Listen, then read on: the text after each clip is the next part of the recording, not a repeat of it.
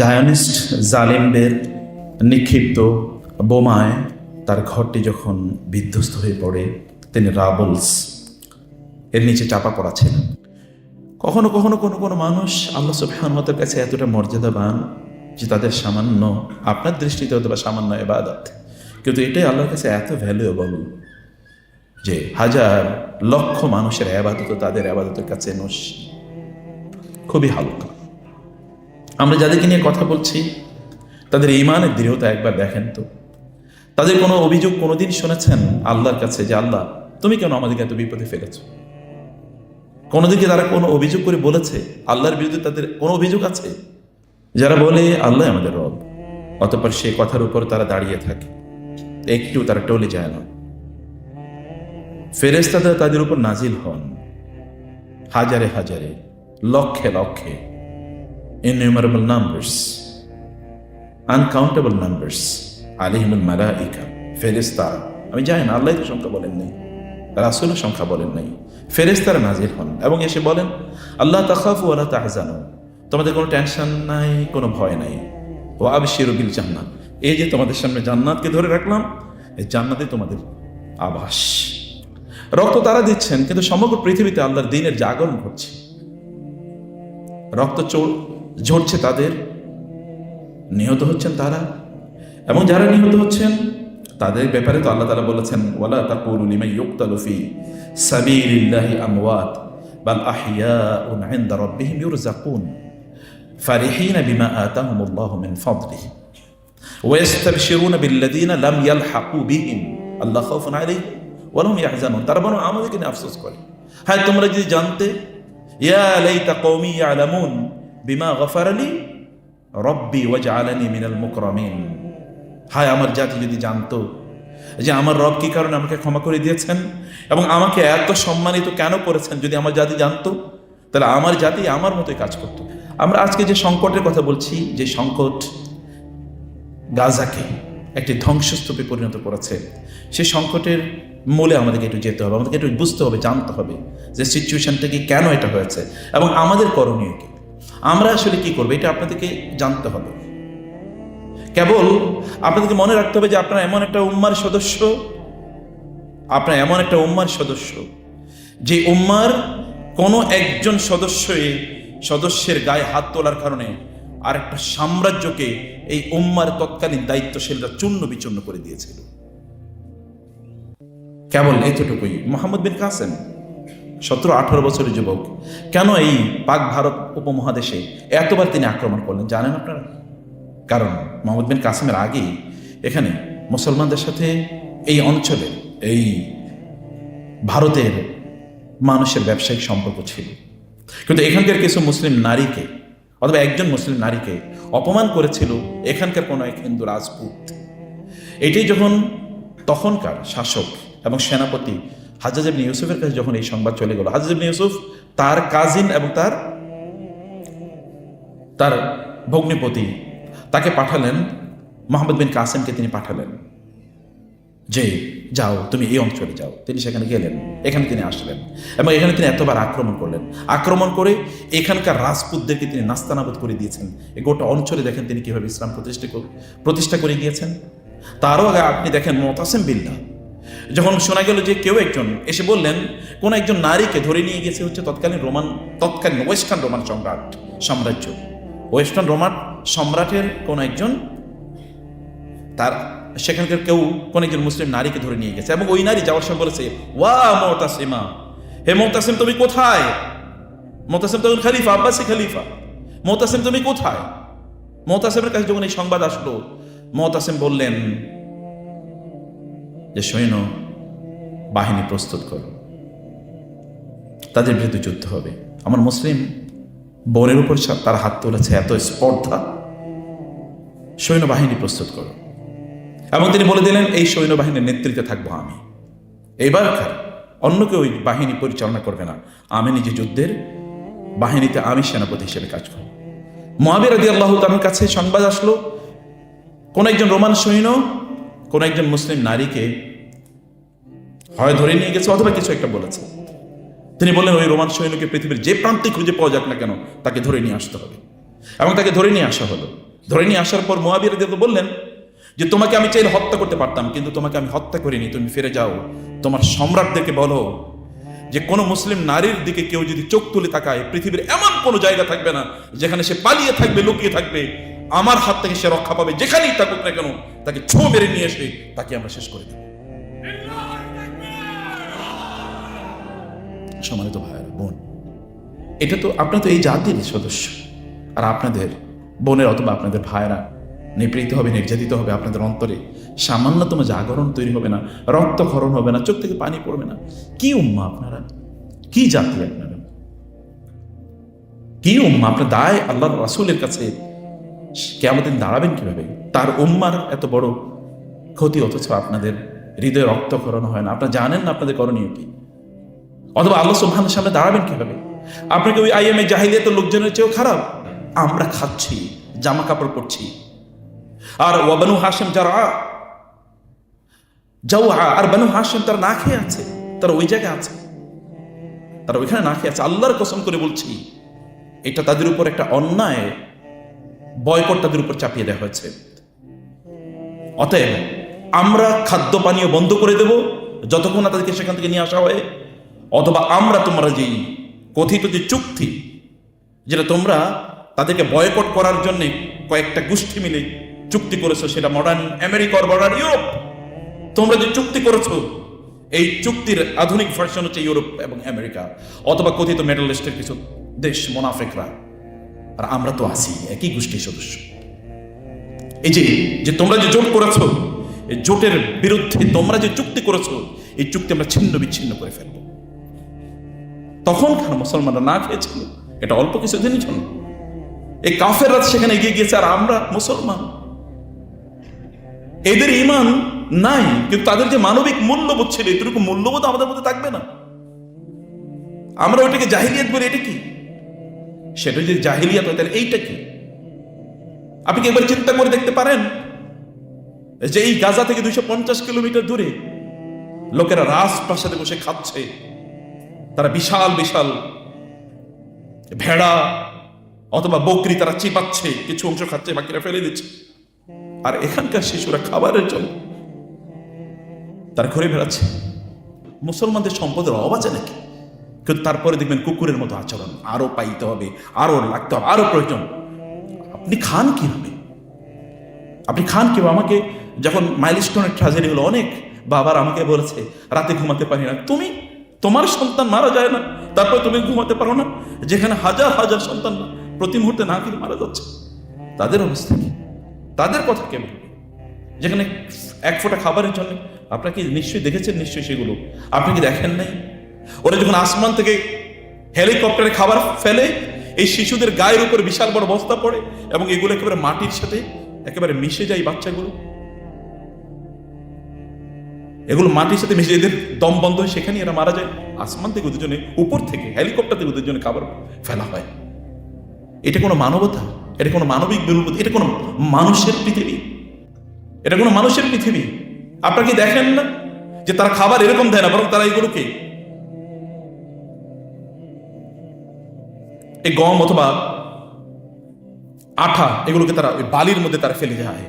ওই বালি থেকে বাচ্চাগুলো বালি এবং গম একসাথে নিয়ে যায়। যদি এর মাধ্যমে একটা রুটি বানানো যায়, যদি একটা রুটি বানিয়ে খাওয়া যায়। আমি গতকাল ইন্টারভিউ দেখছিলাম, সেখানকার একটা হিউম্যানিটি ট্র্যাজেডি, এটা বোঝার জন্য একজন ব্রিটিশ, একজন আমেরিকান হিউম্যানিটেরিয়ান কাজে করে, এরকম একজন কন্ট্রাক্টর। এটা একটা ভাইরাল ভিডিও, এটা আপনারা জানেন। এটা মে, মোস্ট প্রবাবলি 28 মে, এরকম কোন একটা সময় এটা হয়েছে। এটা পরে তিনি যখন বলেছেন তখন এটা ভাইরাল হয়েছে। তিনি বলেছেন যে আমরা সেখানে গেলাম, যাওয়ার পরে একটা শিশু আমার কাছ থেকে খাদ্য ত্রাণ নেওয়ার জন্য আসলো। শিশুটার তাকিয়ে দিকে আমি তাকিয়ে দেখলাম, ও ঠিক মতো তাকাতেও পারছে না, ও ঠিক মতো হাঁটতে পারছে না। ও 12 কিলোমিটার হেঁটে এসেছে একটু খাবার নেওয়ার জন্য। 12 কিলোমিটার, তা গুগল করে দেখেন, ইউটিউবে অ্যাভেলেবল। 12 কিলোমিটার হেঁটে এসে খাবার নেওয়ার জন্য। ও খুবই ক্লান্ত, কয়দিন খায় না কে জানে। এর মধ্যে একজন তার ইন্টারভিউতে বলেছে, আমাদের বাসায় কেবল একটা শসা আছে, আমরা 7 জন ফ্যামিলি মেম্বার, এই শসাই আমরা খাবো। আমরা 7 জন ফ্যামিলি মেম্বার, কি জানি কিভাবে খাবো আমরা জানি না, এটাই আমাদের খাবার। শিশুটি আসলো আমার কাছে, আমি শিশুটিকে একটু খাবার দিলাম, একটু দিলাম, কিন্তু ও মনে হচ্ছে যেন আমাকে একটু স্পর্শ করতে চাচ্ছে। আমি একটু নীল ডাউন করলাম, কিন্তু তারপরে তো আমি একটু লম্বা, তো ছোট। ও তখন আমি আরেকটু মাটিতে পাগুলো ঘিরে আমি বসলাম, বোঝার জন্য করবে কি। আমি ওকে অনেক কথা জিজ্ঞেস করলাম, ও তো কোনো ইংরেজি বলতে পারে না, বুঝে না, কোনো উত্তর দিচ্ছে না। ও আবার আরবি কি বলে আমি তা বুঝতে পারি না। আমি একটু নিচের দিকে ইয়ে করলাম, আমি বুঝলাম যে ও আমাকে স্পর্শ করতে যাচ্ছে। আমি মাথাটা একটু ঝোঁকালাম, ঝোঁকানোর পর ও 2 হাতে আমার মাথাটাকে এরকম জাপড়িয়ে ধরে আমার কপালে একটা চুমু দিয়ে বলল, থ্যাংক ইউ ভেরি মাচ। আমি বুঝলাম এগুলো তো সত্যিকার অর্থে মানুষ। আমরা আসলে কি, আমরা আসলে কি? Tragedy doesn't end here. তিনি বলেন, আমি ওকে দিয়ে দিলাম, ওইখানে নিয়ে গেল।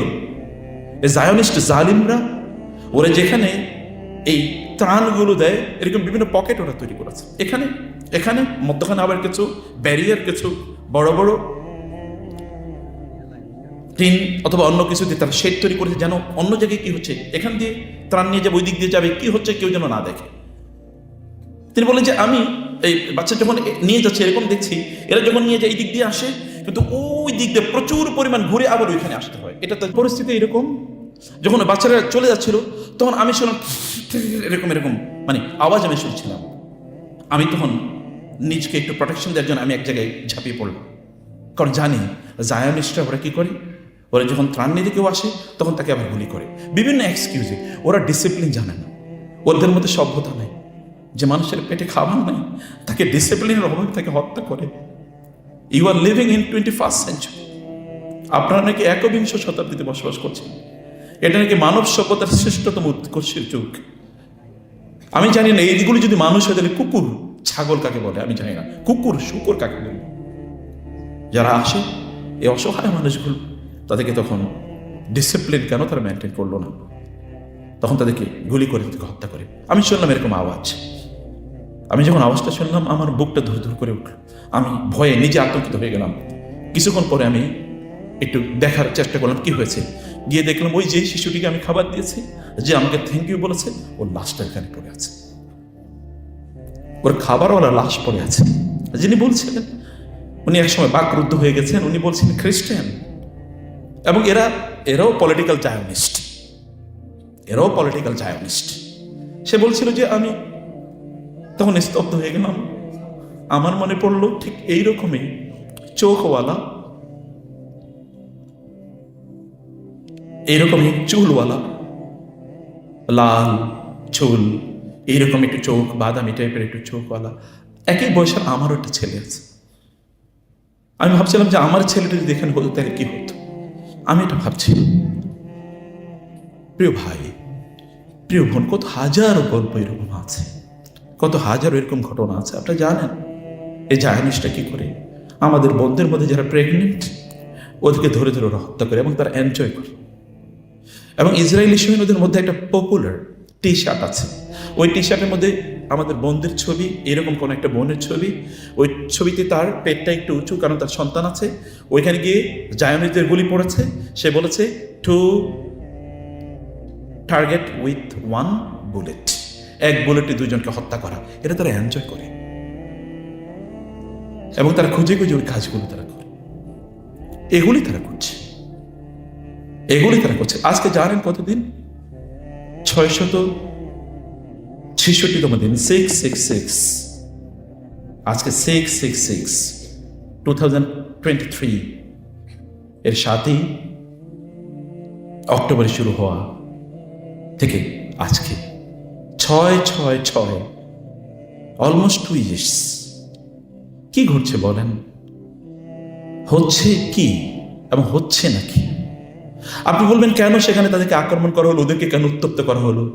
আমি জানি না। যারা এই জাতীয় কথাবার্তা তোলে তাদের বিবেককে আমি প্রশ্ন করি। যদি আপনার বোনকে, আপনার মাকে, অথবা আপনার মেয়েকে, অথবা আপনার স্ত্রীকে কেউ যদি এরকম নিয়ে যেত, তখন আপনি করতেন কি? তখন কি আপনার মধ্যে এরকম হুঁশ থাকতো? আক্রমণ করার আগে, গত 2 বছরের আক্রমণ করার আগে কি ঘটেছিল এই 2 বছর আগের 16 বছর কি হয়েছিল সেটা কি আমরা জানি? গোটা পৃথিবীতে জানতেই দেওয়া হয়নি গোটা পৃথিবীতে কি ঘটছিল। গোটা পৃথিবীকে জানতেই দেওয়া হয় না কি ঘটছিল। আপনার অঞ্চল দখল করে নিচ্ছে, আপনাকে কথা বলতে দিচ্ছেন, আপনাকে খেতে দিচ্ছে না, এবং আপনার যুবককে হত্যা করার জন্য, তাদেরকে স্পিরিচুয়ালি হত্যা করার জন্য সেখানে মাদকদ্রব্য ছড়িয়ে দেওয়া হয়েছিল। তাদের মধ্যে দিনহীন হয়ে যাচ্ছিল। ওরা নিজেরাও খ্রিস্টান হতো, বা ওরাও জায়নবাদী হয়ে, ওরাও জায়নিদের চরিত্র তারা ধারণ করছিল। তাদেরকে রক্ষা করতে হবে না? আপনি এইভাবে কতদিন জীবনযাপন করবেন? মানুষের চোখের অন্তরালে সব শেষ হয়ে যাচ্ছে। গাজাতে যে পরিমাণ, গাজা একটা ছোট্ট মেডিটেরেনিয়ানের ঠিক উপকূলে অবস্থিত ছোট্ট একটা দেশ, 141 মাইল, কতটুকু ছোট্ট একটা জায়গা। সেখানে যে ঘরবাড়ি ছিল তার প্রায় 95% এখন কিছুই নাই। এটা আপনি চিন্তা করতে পারেন না মানুষের চোখের সামনে। আপনি একটা ইউক্রেন এবং একটা রাশিয়ার যুদ্ধে গোটা তৎকালীন মানে এখনকার যে পলিটিক্যাল জায়নিস্ট যে সকল দেশগুলো, এই কথাগুলি তো বিশ্বের মোড়ল সন্ত্রাসী রাষ্ট্রগুলো ইউরোপ এবং আমেরিকা হুমড়ি খেয়ে পড়েছে রাশিয়ার বিরুদ্ধে, এবং তারা বারবার মিটিং করে। কিন্তু ওরা কি একটা বড় মিটিং করার কোনো প্রবণতা খুঁজে পায় নাই?